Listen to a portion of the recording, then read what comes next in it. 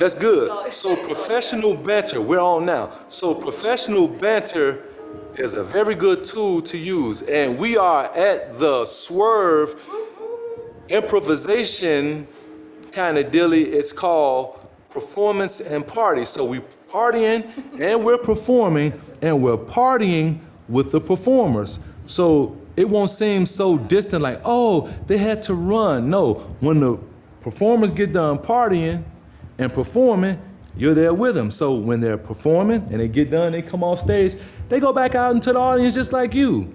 And we're here with two, not only just two, but many of our lovely performances. And today, guess who we have with us? I'm gonna let you introduce yourself, young lady. Hi, my name's ER, and I'm the Director of Operations here at Theater Y. And with me, I have the always lovely and talented Makoto Yamaguchi. Welcome. I'm a theater person, but I'm kind of like a mixture of the performance artist and the theater arts, and then I'm doing that some sort of that improvisational work based on the like a jazz music concept, and then I incorporate all different kinds of aspects of the how should I say performance, like for example the movement, and then I create the sound using my body parts and then using my vocal part, and also I use gibberish.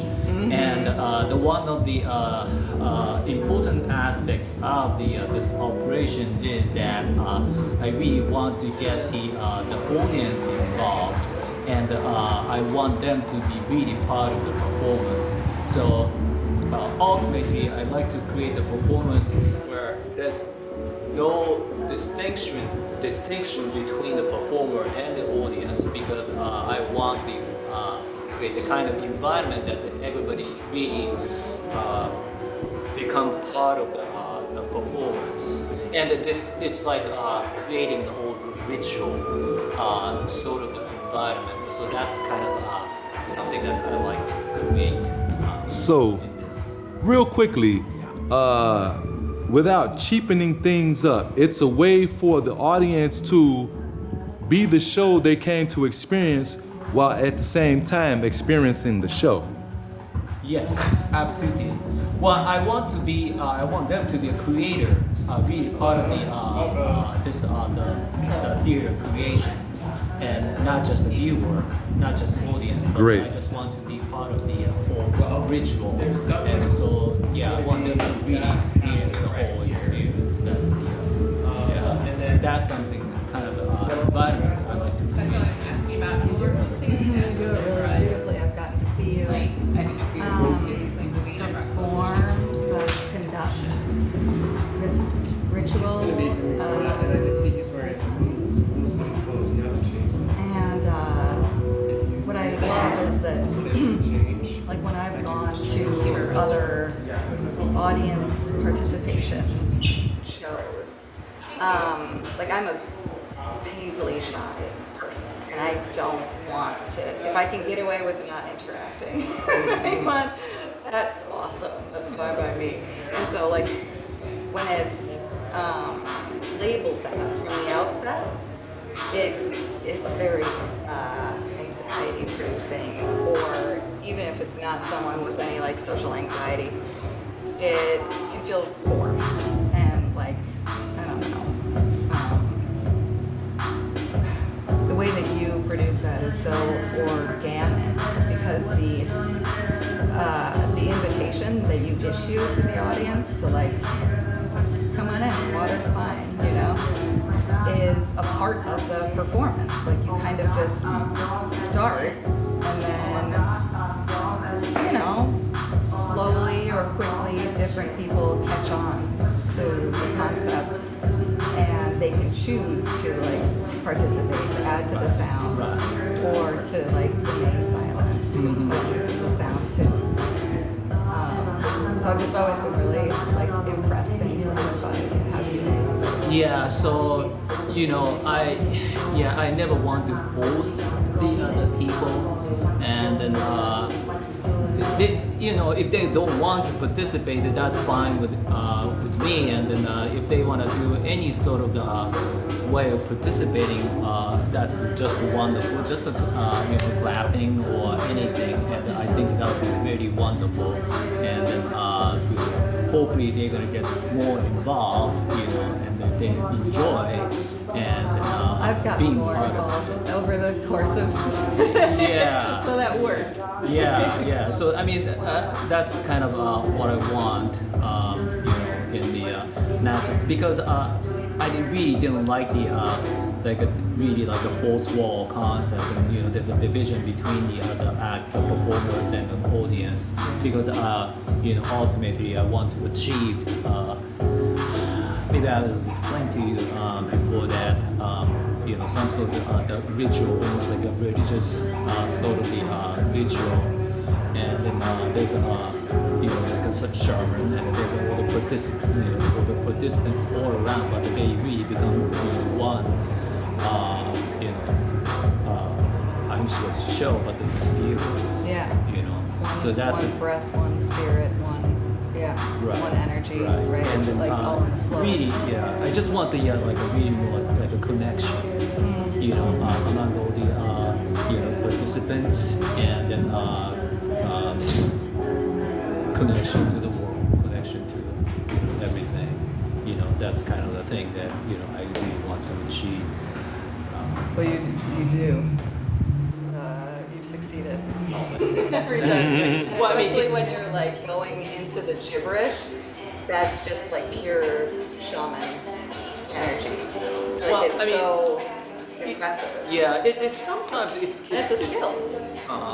Yeah, but I mean, this kind of, I mean, the theater Y has a wonderful, wonderful atmosphere, and the people, you know, they don't mind to really get involved, and but the some places not really like that. You know, I actually did the performance in like different place, and then it's not that they're reluctant because I didn't really explain about the performance, and which was perfectly fine because I want them to actually just. Yeah, I that's don't the way want I to like force it. them, and then but you know, they really did not participate the way that you know, the people here did, but they said that, you know, they were, you know, it was great, They were and effective. yeah. The one thing, I mean, actually somebody said to me that it was beautiful, and that kind of bothered me actually. Because I didn't really mean that, you know, because it's not that I tried to create a beautiful performance. I mean, it was still complimented, and it was, you know, I should be happy, but I felt a little weird because, you know, that's not something that's right. No, you're not creating something that's like for aesthetic consideration at Right. like a remove. Right. You're trying to get inside the audience and get the audience inside the performance. Right, really like a connection, you know, and then I don't want them really to feel, just think back like, oh, you know, Oh, very beautiful. Yeah, that's not the, you know, kind of thing that I. Something that I find is that we don't do a great job in our society of us like educating people in the arts and aesthetics as like a branch of philosophy. And so I think a lot of people don't have all the words that they need to have to describe how something has affected them, you know? So that person saying it was very beautiful. I don't know. might not Maybe have been if the it's words like they- it was a beautiful experience, maybe that's a little bit Right. different. But the yeah, I just wanted to them to really feel connected to the performance and become really part of it. That's I mean, I think another thing that's cool about what you do and what Sean does and what we try to always do here at Theater Y is to give people space and time to create the language that they need to describe, their desires, what they're experiencing, what they're feeling, and then share that language with other people. I think that's really valuable work. And definitely, it sounds funny to say, but there's something about the nonsense that you work within that, like, gibberish as sort of like a genre. It's very free, right? By spouting that gibberish, and this is just my experience, you give me permission to not like operate only within the strict boundaries of certain semantic or syntactical rules. Like you give back to me and the audience the permission to totally invent the words or the expressions, whatever they may be. Okay. So, but anyway, it's just that I want.